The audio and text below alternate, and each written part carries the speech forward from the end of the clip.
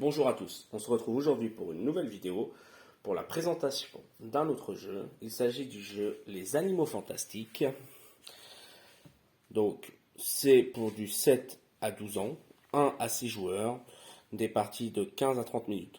C'est un jeu, en gros, enfin il y a 3 modes de jeu, donc c'est un peu évolutif, hein, d'accord. Il y a pour les plus petits jusqu'au, voilà, il y a un niveau intermédiaire et un niveau un petit peu plus compliqué. Alors c'est un jeu très simple, hein. Euh, Même si on dit voilà, il a le dernier niveau, enfin le troisième mode de jeu est un peu plus compliqué. Franchement, c'est enfin c'est vraiment très simple. Donc voilà un petit peu la boîte. Donc voilà, en gros, trois modes de jeu sont l'âge des joueurs, l'initiation à la capture à partir de 4 ans. Provenez-vous dans New York et capturez des animaux fantastiques qui se trouvent sur votre chemin.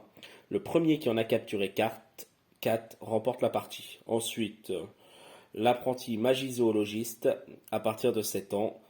Récupérez dans la ville les objets magiques qui vous serviront à capturer les animaux fantastiques. Vous aurez aussi besoin d'utiliser vos sortilèges et de mettre en place un plan pour attraper un maximum d'animaux avant les autres joueurs. Et ensuite, le dernier mode, magico-zoologiste confirmé. Magie-zoologiste confirmé, pardon. Donc à partir de 12 ans. Donc ça peut être en équipe, hein, donc vous faites face au jeu en fait, là tout simplement, hein, c'est en équipe, on joue contre le jeu. Vous devez faire face aux fidèles de Salem qui feront tout pour vous empêcher de récupérer vos animaux et de dévoiler l'existence au monde des sorciers. Vous devez vous unir vos forces et vos ressources pour résister à la menace et aux différents événements qui surviennent sans laisser de place à l'imprévu. Donc en fait, les deux premiers, donc, vous voyez, ils disent 7 ans, mais en fait, ils ont fait une version pour 4 ans. Et la version pour 7 ans, en fait, on s'affronte, hein. Et ensuite, la version 12 ans ou plus, c'est un jeu coopératif, donc contre le jeu. Alors, le contenu de ce jeu.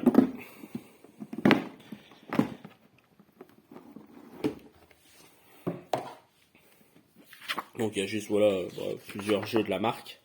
Alors, j'en ai plusieurs, hein, de cette marque-là. J'ai Harry Potter, Une année à Poudlard, qui est vraiment intéressante. C'est la suite de ce jeu-là que, justement, j'ai acheté derrière Les Animaux Fantastiques. Je crois que j'ai Justice League. Je sais plus, mais il me semble que j'ai celui-là aussi, oui. Et j'en ai d'autres aussi. J'en ai un sur Batman, qui doit pas être là-dessus, mais voilà. Donc, avant de regarder le plateau. Donc, la règle du jeu. Vous avez ensuite, tout simplement les cartes des personnages. Voilà. Donc, les personnages du film, hein.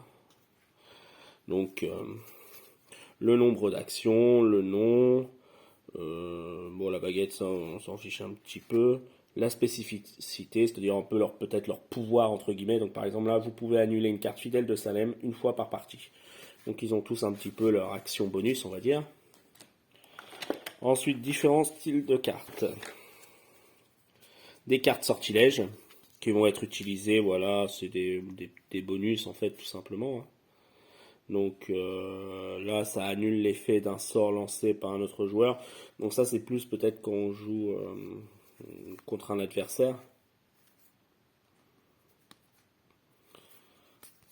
Voilà, où ça permet d'avoir des cartes un peu de sort. Les cartes des fidèles de Salem qui vont apporter des malus en fait au fur et à mesure du jeu, si on les dévoile. Les cartes lieux en fait qui représentent les lieux sur le plateau, tout simplement, hein. Donc voilà.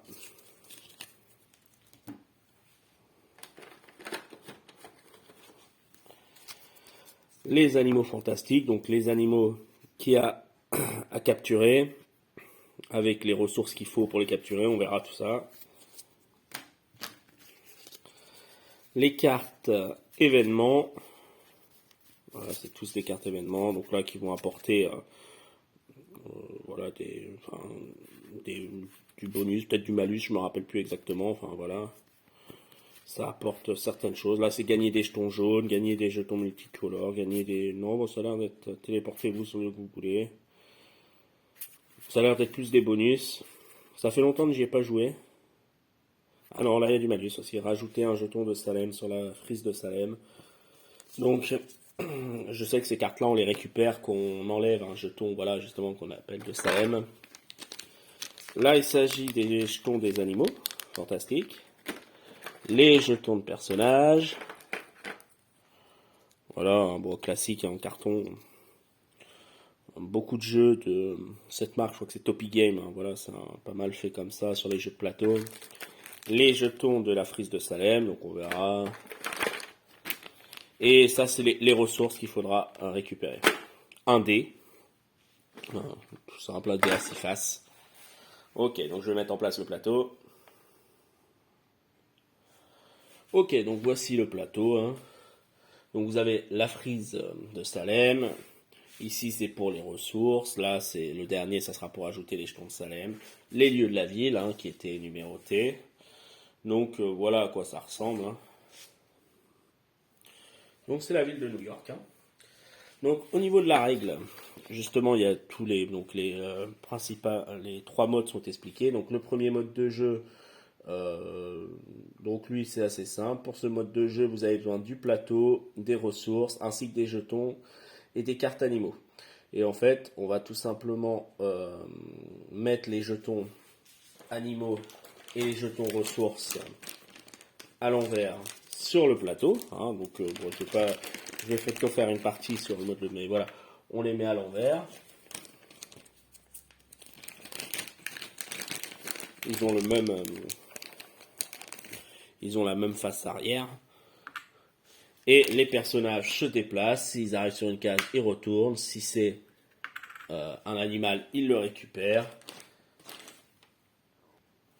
Et on remplace les jetons. Donc en fait, on mélange tous ces jetons-là, les jetons ressources, les jetons animaux. Et en fait, quand on récupère le jeton, on le met, on remplace le jeton. Et le premier qui récupère 4 animaux fantastiques, il a gagné. Donc ça, c'est tout simplement la première version. Ensuite, le deuxième mode de jeu. Donc pour le deuxième mode de jeu, c'est pareil, on mélange les jetons animaux et les jetons ressources. On en met 20 sur le plateau de façon aléatoire. On reste sur le même principe, en fait, on récupère les ressources. Alors là, par contre, la différence, c'est que avec les animaux, avant de capturer les animaux, il faut choper les ressources rouges, bleues ou vertes, en fait. Et une fois qu'on a toutes les ressources qu'il faut, on peut attraper l'animal en question, tout simplement. On rajoute les cartes sortilèges qui permettent d'avoir des bonus. Là, par exemple, aliments pour trouver des animaux. Prenez un jeton de la couleur de votre choix, sauf jeton multicolore dans la pioche. Donc ça rapporte du bonus. On commence avec 2 par personne et à chaque tour, on en pioche une. Donc là, les joueurs s'affrontent encore. Là, c'est le premier qui en attrape 2. Il gagne. Donc la différence avec le premier mode de jeu, c'est que le premier mode de jeu, on s'en fiche en fait des ressources. Il faut juste trouver les animaux fantastiques. Le deuxième mode de jeu, il faut attraper les ressources d'abord sur le plateau pour ensuite attraper les animaux. Et on a les cartes sortilèges qui vont aider à récupérer des ressources. Voilà, là aujourd'hui on va s'intéresser au troisième mode de jeu qui est le plus évolué en fin de compte. Hein. Donc but du jeu. Plusieurs animaux sont cachés dans la ville de New York. Vous devez parcourir en coopération les différents lieux de la ville pour les capturer avant que les fidèles de Salem ne vous attrapent. Pour remporter la partie, si vous êtes 2 joueurs, vous devez capturer 2 animaux, 3 joueurs, 3 animaux si vous êtes 3, 4 si vous êtes 4, voilà, 4 ou plus. Mise en place du plateau. Alors, je vais mettre le plateau en place. Alors, première étape. On met les cartes lieux ici, là où il y a marqué lieu, hein, c'est très simple. Les cartes événements, on les met à côté. Les cartes fidèles de Salem, juste ici, à côté de la frise ou au-dessus, voilà, ça dépend. Ça, c'est première étape. Donc, on va déterminer le nombre de joueurs, on va dire qu'on est 2. On prend les cartes animaux, hop, on les mélange, et on va en tirer 2 au hasard. Et on les range. On les regarde. Voilà, c'est les 2 qu'il va falloir attraper. Donc le beau truc et le grappe-corne. Donc il va falloir récupérer les jetons. Donc voilà les jetons qui correspondent en gros à l'animal qui est sur la carte.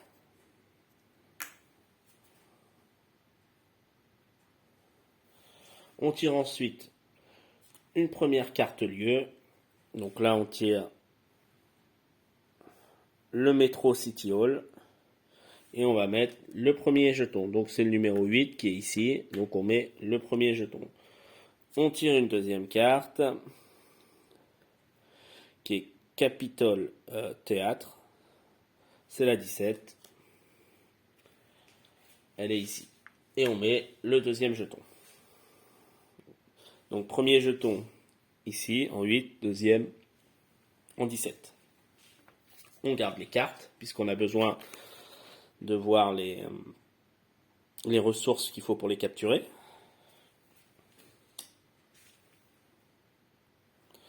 Ensuite, on va tirer 10 autres cartes et on va mettre tout simplement les jetons de Salem sur ces 10 autres cartes. Donc je vais les tirer. Donc j'ai tiré les 10 cartes. Vous avez les jetons de Salem ici, on les voit les petits là, 1, 2, 3, 4, 5, 6, 7, 8, 9 et 10. Donc 10 jetons de Salem, 2 animaux fantastiques. On prend toutes les cartes et on les met sous la pile lieu. On les mélange pas, hein, on les met juste sous la pile lieu. Ensuite on va tirer 5 cartes qu'on va mettre ici.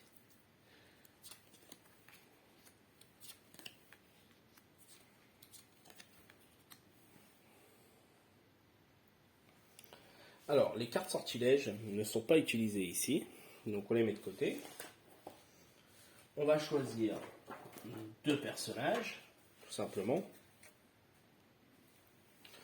Alors là, on va prendre Norbert Dragono, hein, le héros du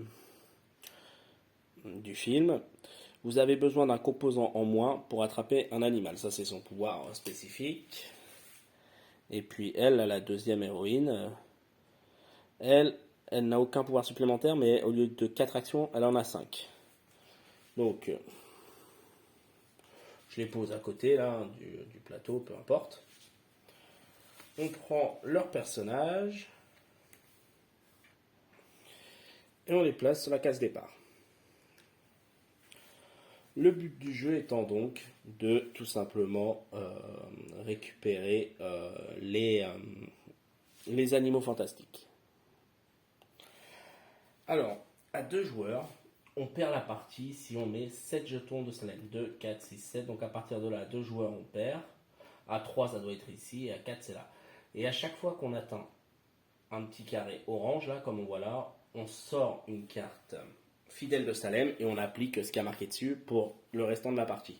Ces jetons, ils apparaissent tout simplement si, au moment de mettre les jetons de Salem, donc on verra à quel moment c'est, on a déjà un jeton de Salem à l'endroit où ça doit aller ou un animal fantastique.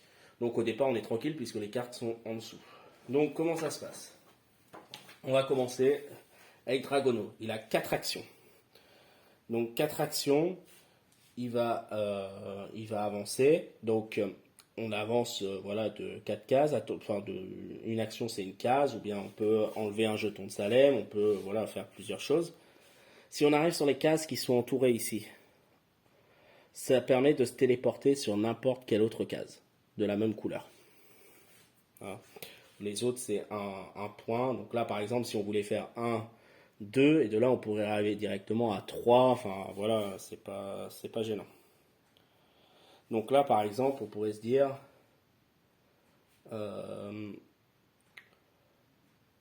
là, il faut regarder, il faut regarder ici où sont les ressources. Et regarder ce qu'on a besoin. Par exemple, pour attraper lui, il nous faut un bleu. Le bleu est en 25, par exemple, il est là. Il nous faut du rouge. Le rouge ici est en 29. Donc, on peut essayer directement d'aller attraper une ressource, par exemple, avec Norbert. Donc voilà, on va dire Norbert, il a 4 actions. Donc, il fait un déplacement, 2 déplacements. Pour un 3e déplacement, il va arriver, j'avais dit que je voulais aller en 29. Il va arriver en 29, donc il se téléporte. Et pour une quatrième action, il va enlever la carte et il va récupérer une ressource rouge. Donc on prend la ressource rouge, puis on la place où on veut, admettons à côté de lui, là, hop. Voilà, alors pour attraper un animal, par contre, il faut qu'on soit tous les deux. Alors, il me semble que c'est ça, enfin je revérifierai, mais il me semble qu'il faut être les deux personnages sur la case de l'animal. Donc là, lui, il a fait ses 4 actions. On place la carte en dessous de la pile. Donc pendant ce tour-là, on ne peut plus récupérer de rouge. Je me suis trompé de personnage. Ça revient même, c'était lui. Donc elle a 5 actions. 5 actions. Le 6 c'est là. 1, 2. Ok, donc elle va faire 1, 2, 3. Elle est obligée de s'arrêter parce qu'il y a un jeton de Salem. Et donc là, elle va faire une action pour essayer d'enlever ce jeton de Salem, pour éviter que ça retombe dessus. Donc elle va lancer le dé. Donc elle était à 3. Alors, il faut bien suivre les chemins. Il y a des chemins qui indiquent qu'on ne peut pas aller où on veut. Hein. Enfin, ça se voit très bien sur le jeu. Là, je ne sais pas si ça se voit bien sur la vidéo. Mais voilà, comme ici, par exemple, de là à là, c'est relié. Donc là, il faut tout simplement qu'elle lance le dé. Et 3 ou plus, ça permet d'enlever le jeton. Donc elle lance le dé. Elle fait 1, ça n'enlève pas le jeton. Donc là, elle était à 1, 2, 3, 4. 5, elle peut refaire une autre action, c'est pas gênant, hein, ça annule pas le tour. Et elle fait 2, ça n'enlève pas le jeton non plus. Donc là, elle a fait ses 5 actions. C'est la fin du tour. Fin du tour, on va déplacer toutes les cartes, hop, dans l'ordre qu'il y a là. On va tout simplement ouvrir 2 autres cartes. Et on va mettre un jeton Salem, les fidèles de Salem, en numéro 6. Donc là, comme il n'y a pas d'autres jetons, voilà, ça fait rien. Par exemple, si c'était en numéro 5, il faudrait le mettre ici. Et puis ainsi de suite, on monte petit à petit. Mais là, du coup, c'est en 6. Et cette carte-là, on retourne là-dessous. On recommence la partie. Donc, admettons, lui va recommencer. Il a 4 actions.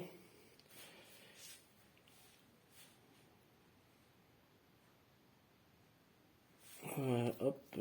Allez, il va enlever pour éviter. Voilà, on va essayer d'enlever quand même un jeton de Salem. Donc 1, 2. Il fait 5. Donc c'était sa 3e action. Le jeton de Salem est enlevé. Et bon, il n'y a rien ici. Hop. Pour une 4e action. Elle va aussi essayer. Elle a 5 actions. Elle essaye au départ d'enlever le jeton. Elle fait 2, donc première action. 2e action, elle enlève le jeton.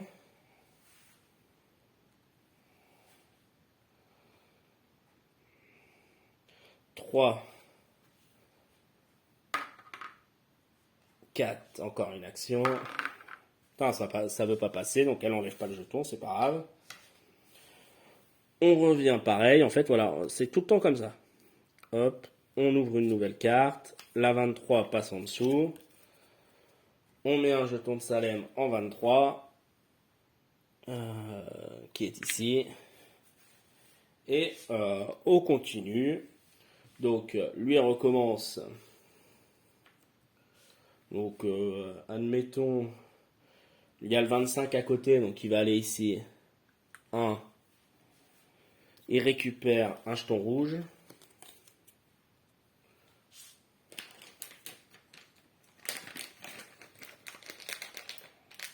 Pour une 2e action. Pour une 2e action.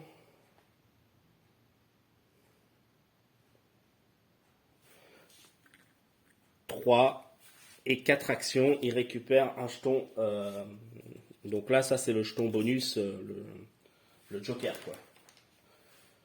Donc il peut mettre ici, peu importe la couleur. Elle essaye encore. Elle fait 3, donc ça enlève le jeton, ça fait une action. Une action. 2, 3, 4, 5, donc ça j'irai pas.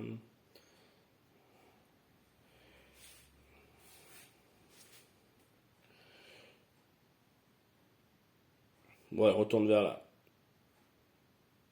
2, 3, 4,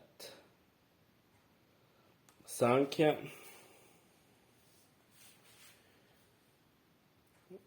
Voilà. C'est la fin du tour. On refait toujours pareil.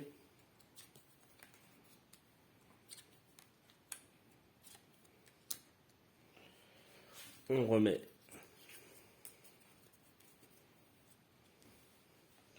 les jetons. Je n'ai pas bien regardé le numéro. En 14.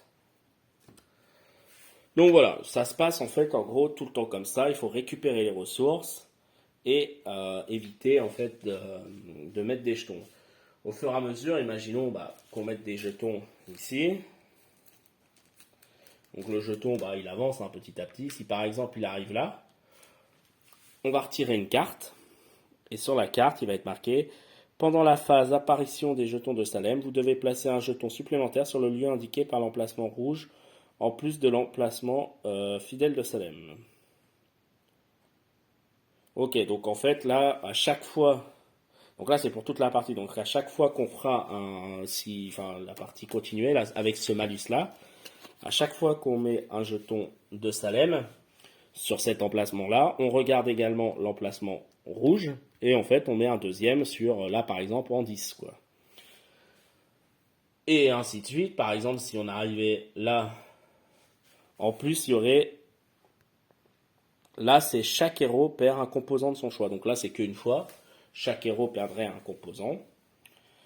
Si tout le monde a tous les composants qu'il faut, là les 3 rouges, 3 bleus et 3 verts, il y a une chose que j'ai oublié de faire. Alors j'y joue pas très souvent, je vous dirai justement pourquoi.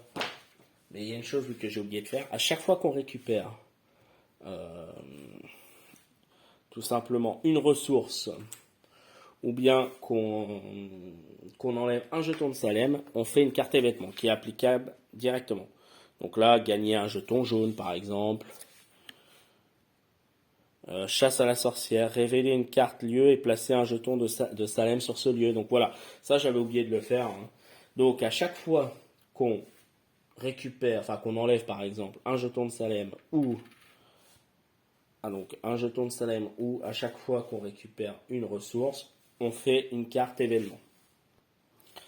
Donc capturer ensuite un animal, ça ne coûte pas d'action. Donc le seul truc c'est qu'il faut, alors soit en réunissant les ressources des deux personnages, on a assez et on met les deux personnages, enfin les deux personnages arrivent là et ils récupèrent l'animal fantastique. Soit si un seul personnage a assez de ressources, un seul personnage va sur la case. Si on récupère les deux personnages avant que la frise de Salem arrive en 7, c'est gagné. Si la frise de Salem arrive en 7, c'est perdu.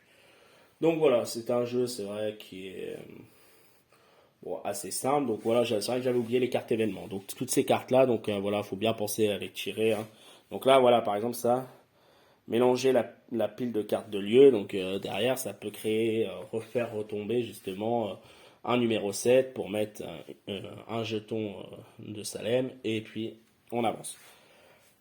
Alors, j'ai acheté ce jeu après avoir acheté Harry Potter une année à Poudlard que j'ai vraiment bien aimé. Et ce jeu-là, voilà, c'est mon avis, hein, mais j'en ai été très déçu. J'accroche pas du tout. En fait, je le trouve, bon là, ça fait très longtemps que j'y ai pas joué, mais à chaque fois qu'on y a joué, je le trouve vraiment beaucoup trop simple. Hein, enfin, les cartes événements, ça apporte souvent du bonus, des fois ça apporte un peu de malus, tout ça. Mais alors j'ai joué exclusivement à cette version-là, hein, c'est-à-dire la version la plus évoluée entre guillemets. J'ai jamais joué vraiment sur les autres versions, mais vraiment, c'est pas un jeu que j'affectionne beaucoup. Bon, j'aime beaucoup l'univers hein, d'Harry Potter, hein, donc des animaux fantastiques, mais voilà. Ça veut pas dire que c'est un mauvais jeu, hein, c'est juste que voilà, mais c'est mon goût, hein, j'en suis pas fan. J'aime bien beaucoup d'autres jeux de cette marque-là, et vraiment, par contre, Harry Potter, Une année à Poudlard est vraiment très intéressant. Donc voilà, donc moi j'ai essayé de vous présenter ce jeu-là. Alors bon, c'est vrai que j'ai oublié voilà l'histoire des événements. Maintenant voilà, c'est pas un jeu compliqué. Bon, c'est à jouer avec des enfants, je pense que voilà ça va, c'est peut-être pas trop mal. Mais voilà, j'avoue que je sais pas, c'est pas trop mon truc là. En tout cas, la vidéo va être finie. Je vous remercie de l'avoir regardée et on se retrouvera une prochaine fois.